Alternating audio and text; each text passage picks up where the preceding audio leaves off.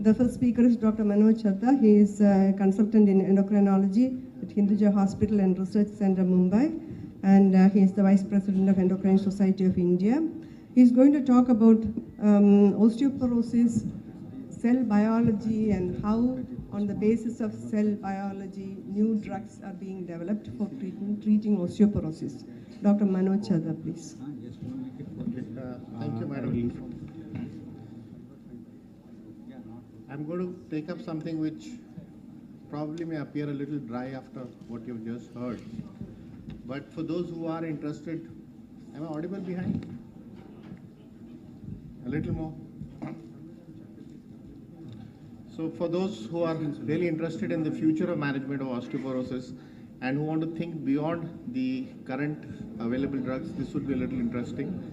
I'm not going to give it too much of details because it's a 20-minute talk and I just want you all to get interested in this subject.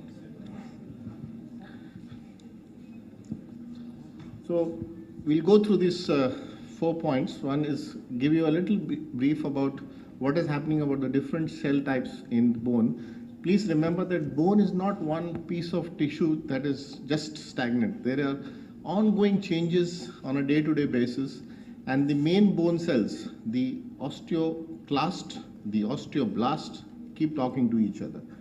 The osteocytes, which are the mature resting query osteoblasts, we're not very sure what is their role, but for sure, because they are there, they have to have something. Just because we don't understand doesn't mean that they are just resting cells. I'm sure they have something also ongoing. We look at some drugs which should be available in the next few months in our country. Then there are other drugs which are into phase 3, so maybe in the next 4 or 5 years, and probably we'll end it up with 1 or 2 slides on what you could expect in the next decade or so. To begin with, like I said, the osteocytes and the osteoblasts keep talking to each other. And these are cells from the mesenchymal origin. So if you look at the osteoblast, in reality, it's the osteoclast which starts the resorption process, and it is followed by osteoblastic action. That means the bone formation. But if you look at how things work in teleological terms, the osteoblast produces a ligand called rank ligand, and this rank ligand goes onto its receptor. So that's the receptor is called rank, the receptor for the activated nuclear kappa B. So the various maturity cycle and the osteoclast that goes through, from the pre-fusion osteoclast to the multinucleated osteoclast to the mature osteoclast, each one at stage there is these receptors on which the rank ligand has to go and attach and then activate the particular developmental cycle. So osteoblasts control the osteoclast, and the osteoclast then invites osteoblast to start working. But in a normal situation, this just can't go on and on.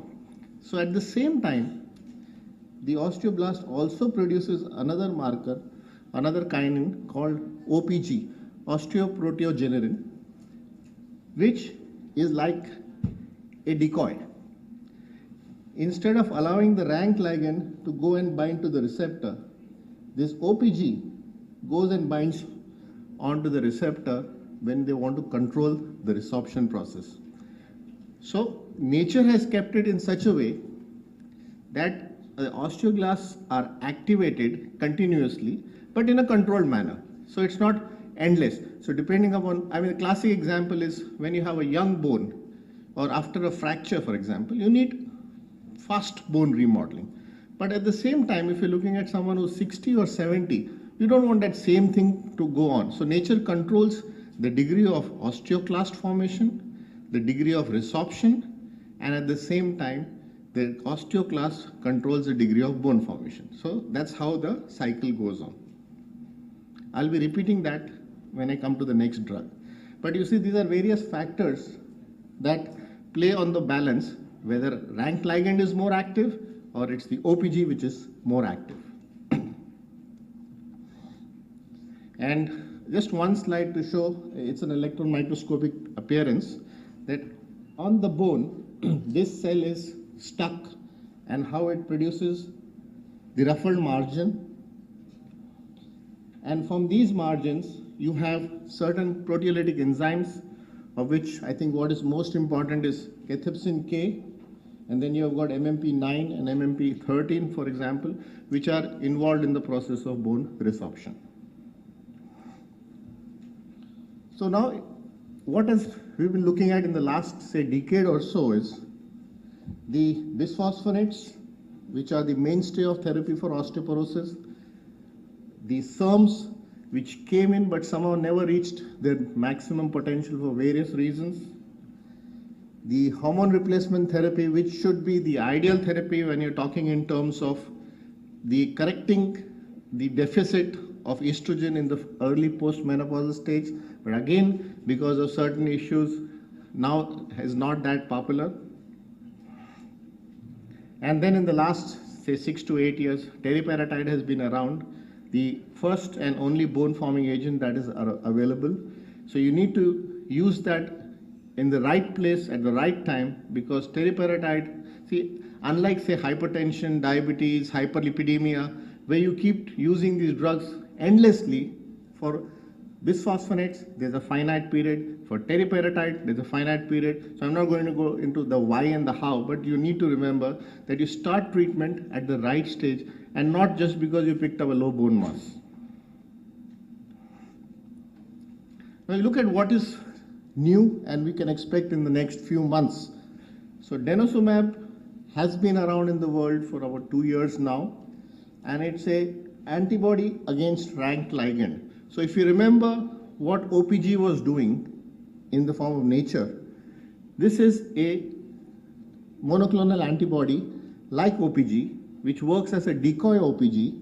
It reduces the activation of osteoclasts, and so you can imagine it reduces bone resorption and thus resulting in a total increase in bone mass. After that, what you have is odanacatab, which is a cathepsin K inhibitor, and you have got sarcatinib, which is a SRC kinase inhibitor. So basically what we are looking at here are anti-resorptive molecules, which denosumab, like I said, is already available in the market. Cathepsin K inhibitor, odanacatab, should be coming in the next few months because phase 3 data has all been analyzed and the applications to the various governing bodies have been given. So just again to repeat, what denosumab does is what OPG does, binds to the rank, prevents the activation of osteoclasts, and that way increases the bone mass. Another interesting thing that has been documented is that in postmenopausal women, the expression of rank ligand is much increased, whichever type of cell you're studying, especially the mesenchymal cells. And when you treat these patients with estrogen, there is a correction to at least some extent, the rank ligand levels do come in. So that's what I mentioned about denosumab. And what is interesting in the important part about denosumab is that it's a subcutaneous injection. It needs to be given once in 6 months. So the compliance factor has been taken care of. So, maybe once a year is acceptable, once in 6 months is really good. The data that is there from various phase 3 studies has shown that the increase in BMD is to the tune of 8, 10, 12%. So, like some studies similar to what you see with teriparatide, and in other studies actually better than what you would see with teriparatide. And the fracture is reduction. See, we talk in terms of increase in BMD, but the bottom line is what is the fracture is reduction. And the fracture is reduction both at the vertebra, at the hip and the non-vertebral sites is nearly the same at the vertebral column and better at the hip as compared to teriparatide. So I mentioned the enzymes that are released by the osteoclasts. So cathepsin K is one of them. So obviously if you have an inhibitor of this enzyme, you're going to reduce bone resorption and thus indirectly increase the bone mass. Now interestingly, unlike zoledronic acid which is injectable and then denosumab which is injectable, The odronacatib is a tablet form which needs to be given once a week. So that's the interesting part we're looking at. And the phase 3 data, I mean, I was also a part of one of the studies, is really impressive. So we'll wait till that becomes public domain. So multiple, I mean, the studies have been ranging between 12 months to 5 years. And most of these studies are not time driven, but event driven. So what was a 5-year study actually at the end of 3.5 years was stopped because the number of fractures in the control group reached a level of significance.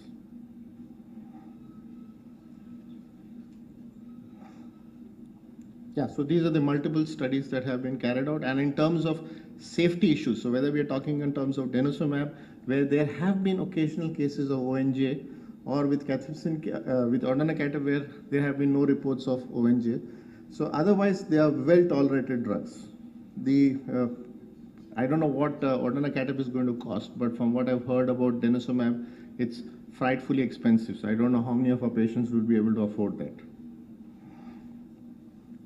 The other new drug, which is again in the anti-resorptive thing, I won't go into details, but the fact is it's a tyrosine kinase inhibitor, and it does reduce bone resorption. Another interesting class of drugs, which I didn't tell you about in the early part, is through the calcium sensing receptor. So we know that most of these bone cells have calcium sensing receptor, which then control the release of PTH also. So you have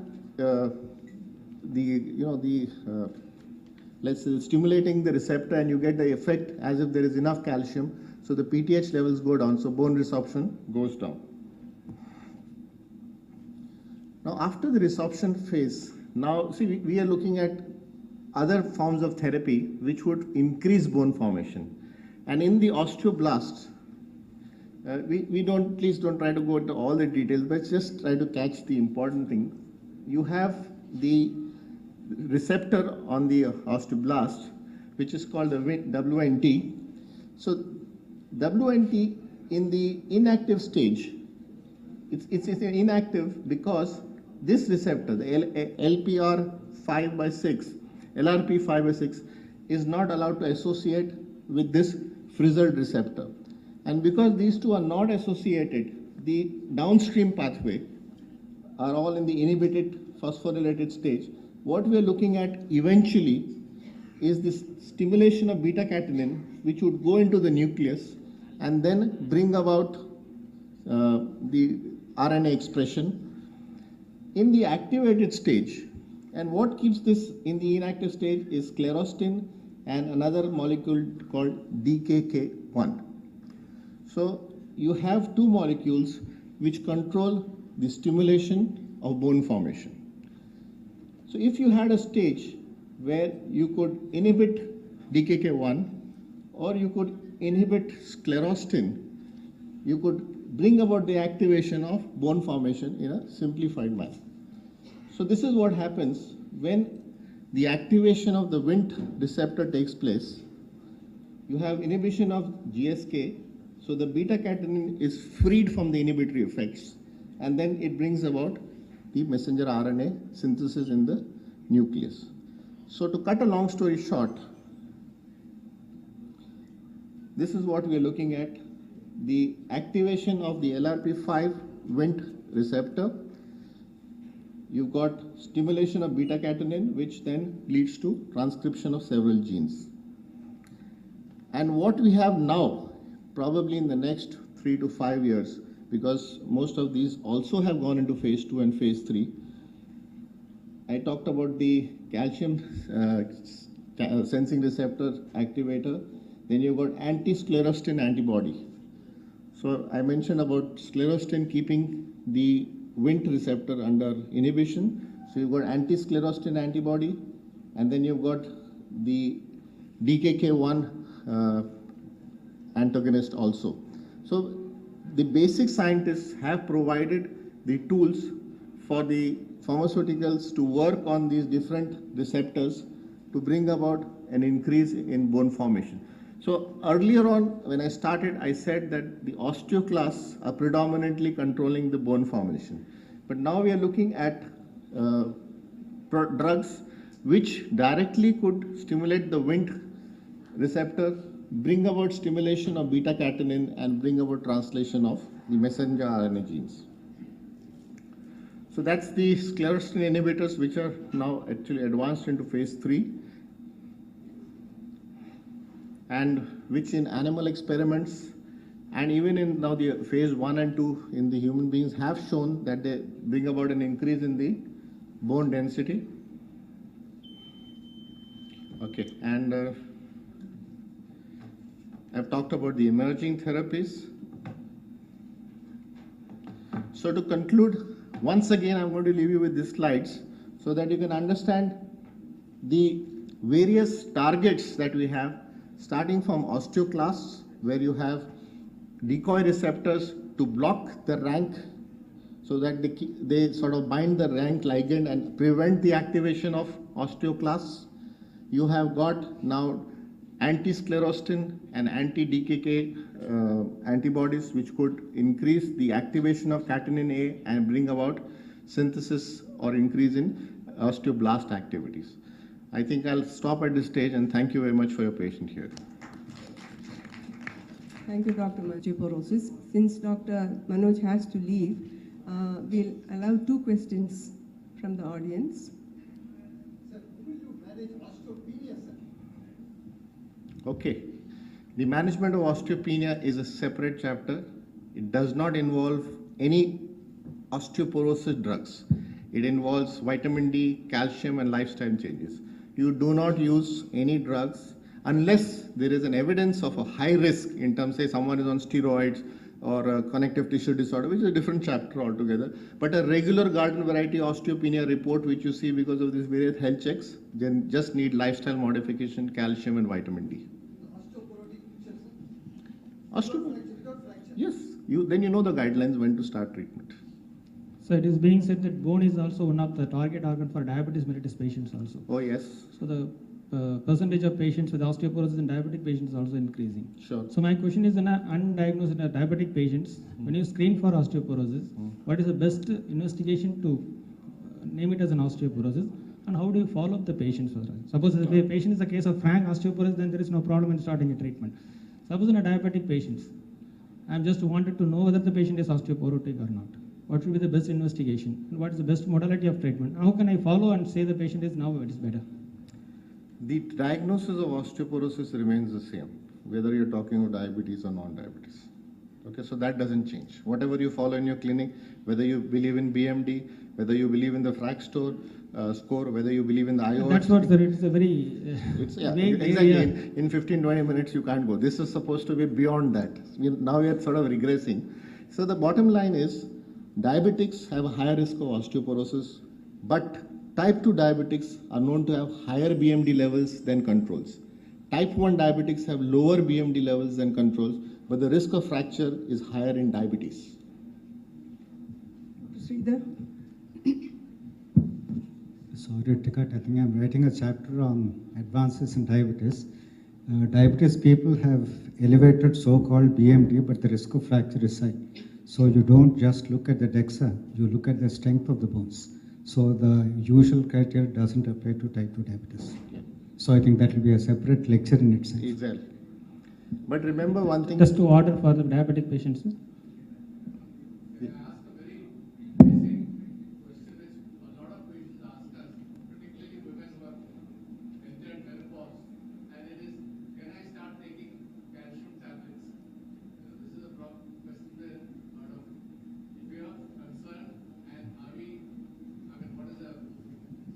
No, I think the understanding is very clear. Recommendations.